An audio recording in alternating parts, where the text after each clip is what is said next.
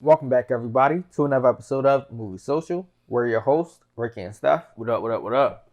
And today on Movie Social, we're going to be doing a spoiler review of the new movie out in theaters and also on HBO Max, Godzilla vs. Kong. Yeah. Finally got these two titans to tee off against each other.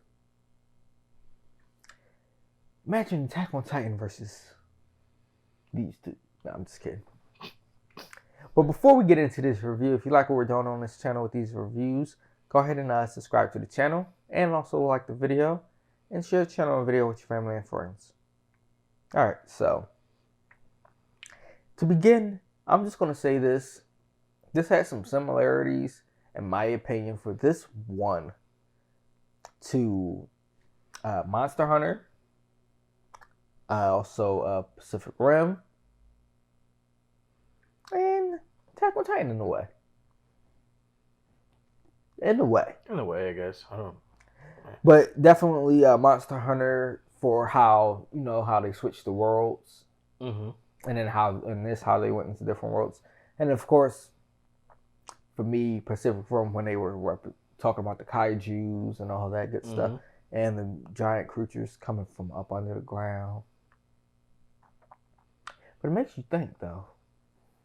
What is really in the center there? They say we have it in the core, outer core crust, but is there really what's down there? I mean, science has been proven to have combat other science from that predates normal times, right? I mean, it's always a possibility. I mean, we never know. I mean, we've gained more advanced technology to be able to study deeper inside the Earth. Is it really just magma, or is it something else? I don't know. But this movie was pretty interesting. It was pretty solid in my eyes. I mean, the story was a solid story. You know, it kept you engaged. You had, and the thing is, you had different angles. You had like the whole conspiracy theory thing where they thought that there was something more going on, which they were absolutely right. Yeah. Then you had the corporation being that pops up out of nowhere, being greedy, checkmate. And then you have someone who was down on their luck after doing research and stuff like that, and wanted to redeem himself. And then, like I said, and then you also had the person who was sympathetic, who cared for Kong, who wanted what's best for him, and so forth. And so you had all the check boxes there. All I'm gonna say is though, Kong got his butt kicked. Oh no, drastically. He in my eyes, right? He lost. He lost his joint. So if you had money on Kong, I'm sorry, it's time to pay up.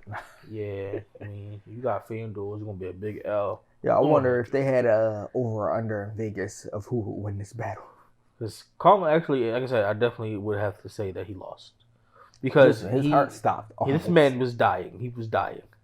That's why Godzilla was like, yeah, you're dead. I don't gotta waste no more time with you. Goodbye. Yeah. And if it wasn't for him using the machine to jump his start his heart up, he'll be out of there. Sleep night. But you know what's crazy?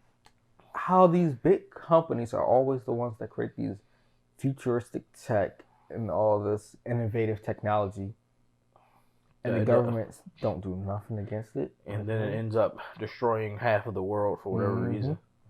I did like the way they did their tunnel system, which would be interesting to see how they really created that, because it's going from the United States and Florida all the way to China. Yeah. Underground at that. At insane speeds.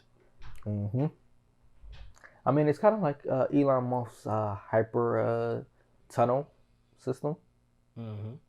But, I mean, that's just going from small distances. But we'll see.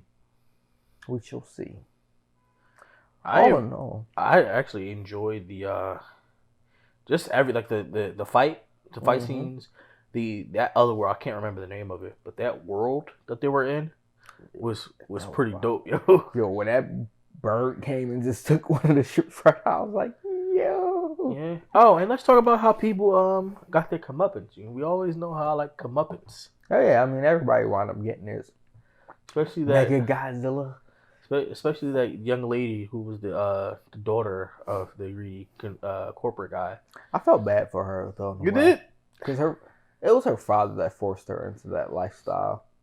but I felt like She when they were was trying to tell her, "Listen, stop, don't do this," and she was like, "My dad gets whatever he wants." Keyword, yeah, her father brought her into that lifestyle. See what Mm-hmm. happens when you have bad parenting that brainwashes your child, and so she didn't have enough time to be taught otherwise at this point.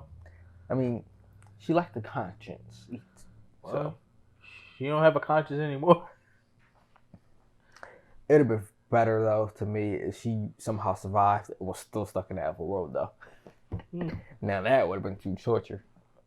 Possibility, but yeah, she got her just desserts. And then the father obviously got his just desserts because of what happened. Like, what makes you think that? I want to know what made them think that. Oh, we're gonna be messing with this stuff that we hardly know anything about. I mean, doesn't that always happen? Same thing happened in Pacific Rim. Yeah, it came back to bite them in the behind. No pun intended. Yeah, the thing with Mechagodzilla, me, their take on it, and it's up in the air for me. Because yes, technically it was still partially creature, but mostly robotic. Instead of Godzilla becoming Mechagodzilla. So yeah, I mean, this was, to me, it was the mind of a monster. Yeah. With just tech. And melted with human mind to try and control it, which didn't work out. Yep, because the monster took over. Yeah, fried the brain of that human. Yeah. I will say though, the fight scene at that end with Kong and Godzilla both fighting together. Oh yeah, the tag team 2-on-1 handicap match. Yeah, even though they was getting their butts kicked for a moment there. They was. I was like, they was. Is Godzilla gonna be undefeated at the end of this? But I did predict that they eventually weren't going to be fighting each other. Okay.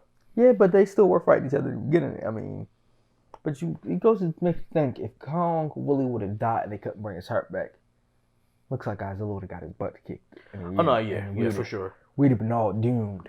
So it would have been literally, in my eyes, right? Let's just do the records here. Kong would have been 0 for 2. Because to me, he took a L on the ship. For sure. But I can't count that because he was chained up for most of the part. And he was fighting on water. He was fighting in Godzilla's element. He wasn't on land on any kind of element of his own. Fair enough. But that hurt him enough. Exactly. That hurt him enough to begin with. Then he called the L on land.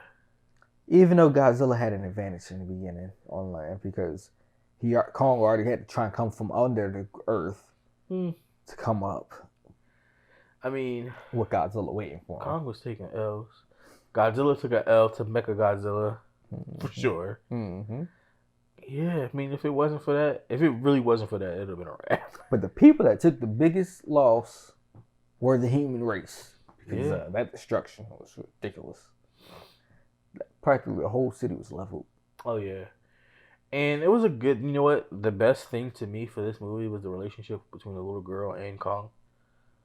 Like, that was nice. And then she actually taught him sign language, which I thought was dope. But he was smart to begin with. Yeah, but he had some type of way or form to communicate with them. So. But what do you guys think about the movie?